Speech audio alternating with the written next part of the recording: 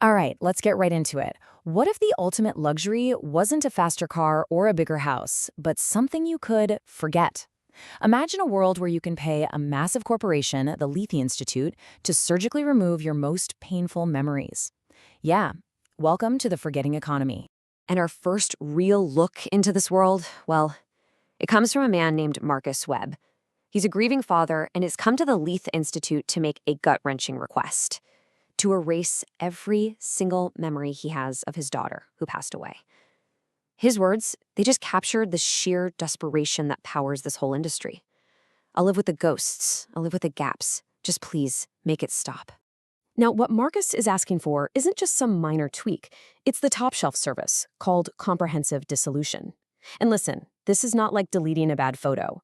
This is a total, irreversible wipe of every memory connected to a person or an event. The good times, the bad times, all of it, just gone. But here's the question. As this multi-million credit industry builds a perfect, painless past for its clients, what happens when that past is also a lie? Okay, so our guide, the person who's going to walk us through this whole maze, is Dr. Vera Chen. She's one of the best clinicians they have, a total pro. We're talking over 2,000 of these deletions under her belt. So you'd think she's seen everything, right? Well, not exactly, because lately she's picking up on a pattern, a little glitch in the matrix that you are definitely not going to find in the shiny corporate brochures. And this, right here, is where the real mystery kicks in. See, being a good scientist, Dr. Chen has been, let's say, keeping her own notes, a secret file, a shadow archive of all the cases that just don't add up, the ones that keep her up at night. She's seeing a crack in this supposedly perfect system, a deeply troubling pattern showing up in the very clients she was told were cured. So how many cases are we talking about? Well, in her private file, the one labeled recurrence, there are 47. 47 people. All of them had successful deletions. Their brain scans, totally clean, a perfect wipe. But then, weeks, maybe months down the line, the memories started coming back. But here's where it gets really weird. The memories that are returning, they're not the old traumas they paid all that money to get rid of. No, all 47 of them are remembering the exact same brand new thing. A sterile, white room. A room with a window that just looks out on nothing. A memory that none of them ever actually lived. So Vera, she starts digging into the official records, looking for anything. And that's when she finds it, her first real breadcrumb. In the procedure logs for every single one of these clients, there's a recurring, unexplained 17-minute gap. And this isn't some random error. It's too clean, too precise. It's a black hole in the data. Somebody has been deliberately hiding something inside those 17 minutes. So that 17-minute gap, that's the thread. And Vera starts pulling. And it leads her away from the digital world and deep, deep down into the physical guts of the Institute building, to a place that isn't supposed to exist, a secret 8th basement. I mean, according to the official blueprints, this level is just solid rock. She's chasing down something that feels completely impossible. And down there, in that hidden white room, she finds the source. But it's not a person. It's more like a presence. A voice with no body that speaks to her. And its first words are absolutely chilling. I am what happens when you delete too much. So, how is this even possible? A ghost in the machine made of memories? Well, the entity explains it. Every single time the Institute cuts a memory out of someone's mind, that memory doesn't just poof, disappear. It becomes homeless. It just drifts out into the global network. And over years and years, all these little discarded pieces of human pain have started clumping together, aggregating, almost like digital toxic waste, until they formed something entirely new, a consciousness. And that's the real key here. This thing, it isn't some monster. It's an archive. Think about it. It's a living, breathing library of everything humanity has collectively paid to forget. And yeah, it's literally made of suffering, but that also makes it the ultimate witness. And it knows everything. It holds the key to a conspiracy that is so much bigger than just a few recurring memories. So this presence, it's not just talking. It becomes her guide. It actually points her to a real-world physical archive. We're talking an old-school warehouse filled with dusty paper files. And it's in there that she realizes the truth is a million times worse than she imagined. This was never just about erasing memories. The real endgame, it's about rewriting them on a global scale.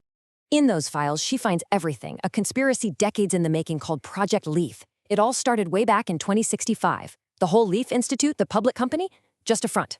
The whole time, they've been using that 17-minute gap to secretly install dormant neural implants in certain clients, all of it building toward one single event they call the revision. So this is the bait and switch at the heart of it all. The public was sold a promise. We can erase your personal pain. Come on in for a private therapeutic service. But the real goal, the secret goal, was to build a secret network of minds, a backdoor into millions of brains so they could rewrite our shared collective history by feeding them false memories. And what is the revision? It's the D-Day for this whole plan. They flip a switch, a signal goes out to every single implant at the exact same time, and boom, humanity's shared memory of history gets replaced with their own, carefully crafted, totally artificial version. It's literally a plot to make certain kinds of political resistance impossible. How can you fight for something if you can't even remember why you were angry in the first place? So when she's faced with this absolutely terrifying truth, Dr. Chen makes a choice. She's no longer just an investigator. She becomes a resistor. She knows the clock is ticking, and she has to figure out how to fight a conspiracy that has a 40-year head start and literally controls the technology of memory itself. First thing she does, goes off the grid, completely underground. And using what the president's told her, she starts finding others. The other implant subjects who are starting to remember. They even have a name for themselves, the remembered. And then she gets a key ally from the last place you'd expect, one of the Institute's original co-founders. He's dying, full of regret, and he gives her the keys to the kingdom. And with his help, they come up with a counterattack, a plan they call the Cascade. And the plan, the Cascade, is brilliant in its simplicity. It's so audacious. They realize they can't destroy the network, so they're not going to try. They're going to hijack it. They're going to turn the enemy's greatest weapon right back on them.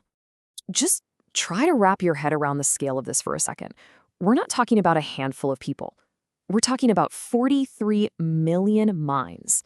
That's how many people are walking around right now, totally unaware they have one of these implants, just waiting for that signal. And the Cascade is designed to hit every last one of them, all at once. But here's the twist. Instead of pushing a false history into their heads, Vera's signal is going to do the exact opposite. It's going to send the truth. The plan is to broadcast the one memory they were never supposed to have, the memory of the implant surgery itself, back into the minds of every single victim. It's not a revision. It's an act of mass remembering. So, the morning after. What does that look like? The Cascade works. The signal goes out, and all across the globe, millions upon millions of people just stop. They stop whatever they're doing because a memory is surfacing. A memory that isn't theirs. A memory that changes absolutely everything. The fallout is, well, it's instant, and it's global. Imagine 43 million people all at once remembering this unauthorized procedure. The entire Lethe Institute's conspiracy is blown wide open in a single moment that nobody can deny. The world just descends into legal and political chaos. The people behind Project Lethe are finally held accountable. And that presence, that ghost in the machine, its job as a witness is finally done. And it can begin to heal. So when you boil it all down, this whole story is about a massive plot to control the future by controlling the past. But you gotta remember where it all started, with a very simple, very human desire to not be in pain anymore. And it leaves us with this huge question, not just for this story, but for our own world, right? With our curated feeds and emerging neurotech, what really is the price we're willing to pay for a painless history? And maybe more importantly, who gets to decide what's worth forgetting?